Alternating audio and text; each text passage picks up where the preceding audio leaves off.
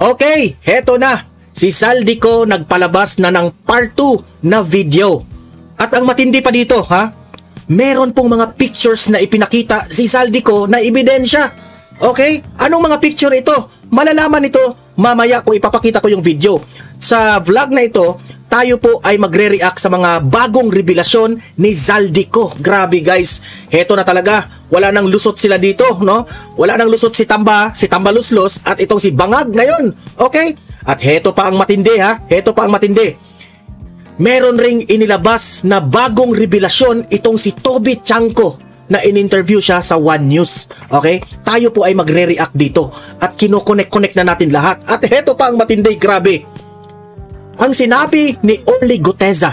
Okay ha? Ang sinabi ni Orly Guteza, pinatotohanan po ni Zaldico. Sinabi po ni Zaldico sa kanyang part 2 na video na tama ang sinabi ni Orly Guteza. Hindi po nagsisinungaling si Orly Guteza. O ano kayo ngayon? Ping Lacson. Napahiya ito ngayon ng mga Blue Ribbon Committee at itong si Tuta Soto. Kasi mismo na si Zaldico ang nagsasabi nito. Okay?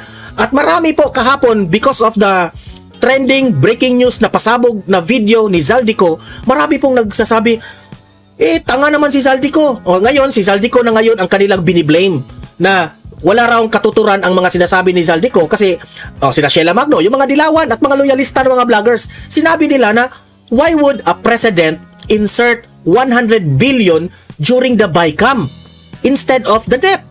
Diba? Yan ang argumento nila na nagsisinungaling raw itong si Zaldico. Kasi kung magkukurap o kung mangungulimbat ng pera ang Pangulo, dapat ginagawa na yan sa NEP. Sa NEP raw. Bakit gagawin pa doon sa tinatawag nating insertion ba? No? Baka na baliktad ko, no? Why would a president insert 100 billion during BICAM, no, instead of a NEP? Yan ang argumento nila. Pero ipapaliwanag ko sa inyo mamaya bakit nagpa-insert pa itong si Bongbong Marcos at may point naman ang argumento nitong ipapakita ko sa inyo. Okay? Mamaya, lahat ng mga sinasabi ko, ipapakita ko yan lahat after this one, ha? Pero bago ang lahat, help me po muna na i-like at saka i-share itong video na ito, ha, para kakalat ito sa taong bayan. Okay? Mahalaga like and share. Okay, ready? Sabay-sabay mo tayong mag-like and share. 1, 2, 3, go! Ayan, naka-like and share na ba? And sa mga bago pa lang dito sa aking channel sa Donmar TV, mag-subscribe na po kayo kung first time nyo itong napanood, no? Para lagi kayong updated sa ating mga balita.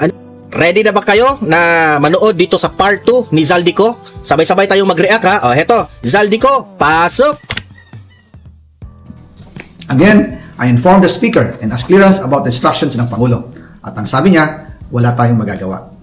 Kaya po nagtataka ako kung bakit sinasabi ni Pangulo na hindi niya makilala ang budget.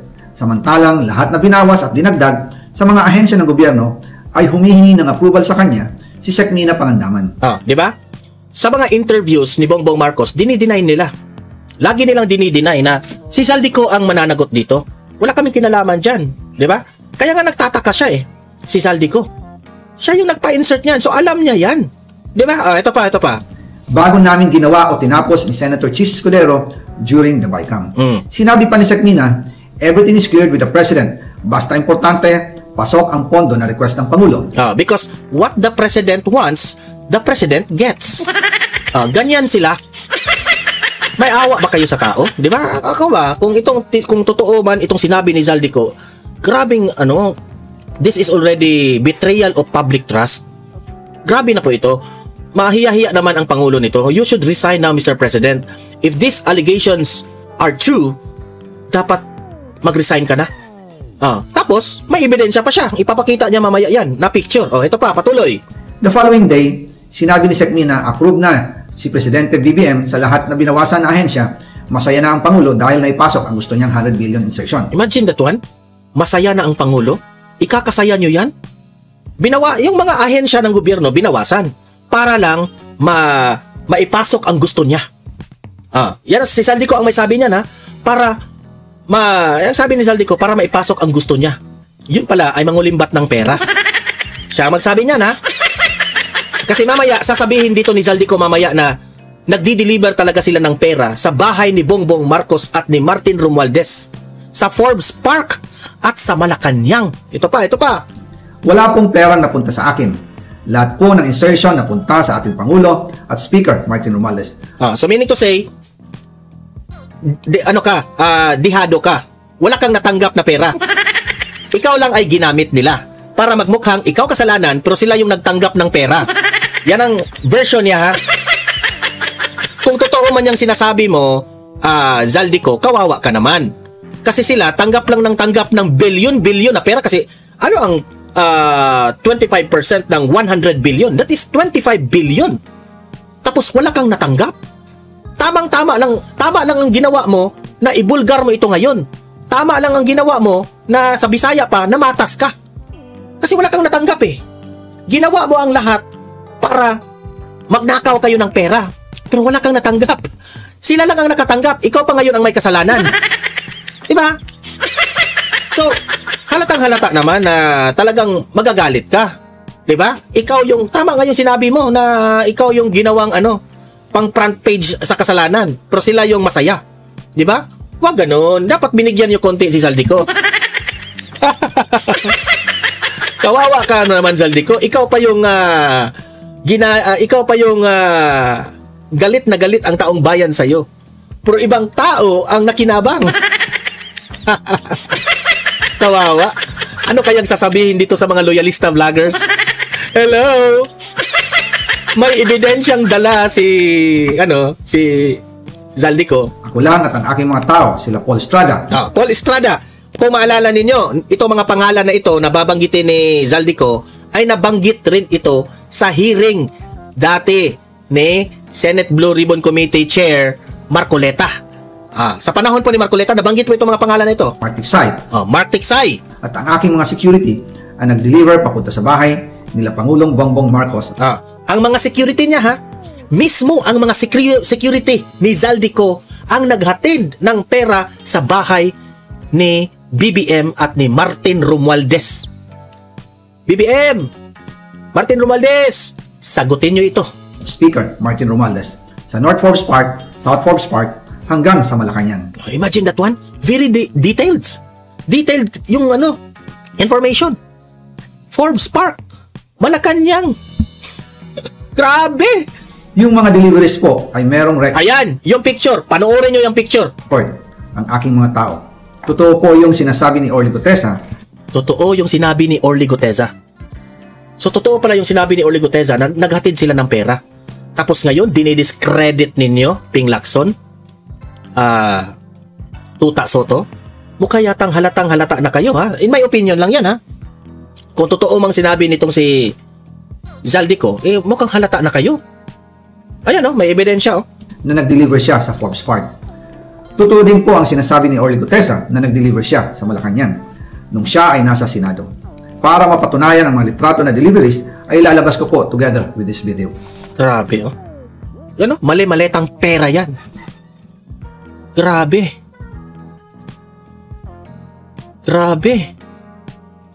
Ayan, Ayan. Ganyan pala ang korupsyon, Imaleta lang nila para hindi halata. Saan kayang bangko yan i-deposit? O kaya meron ba silang sabi nga ng iba, nasa mga kondo nila. Gumawa na sila ng sariling vault. Ang kondo, ginawang vault. Doon na ang pera. Ayan, sobrang dami niyan kasi bilyones yan, Yan, Grabe. Kanino kayang bahay ito? Yun, may sasakyan pa, After po ng approval ng budget sa General Appropriations Act of 2025, personally, I believe, sa belief ko, totoo itong sinabi ni Zaldico, Kasi usap-usapan na yan. Bago pumutok itong issue na ito, usap-usapan na yan. Si VP Sara, nakokonek na natin ngayon ang sinasabi ni VP Sara. Dalawa lang ang may hawak ng budget ng Pilipinas. Si Zaldico at si Martin Romualdez.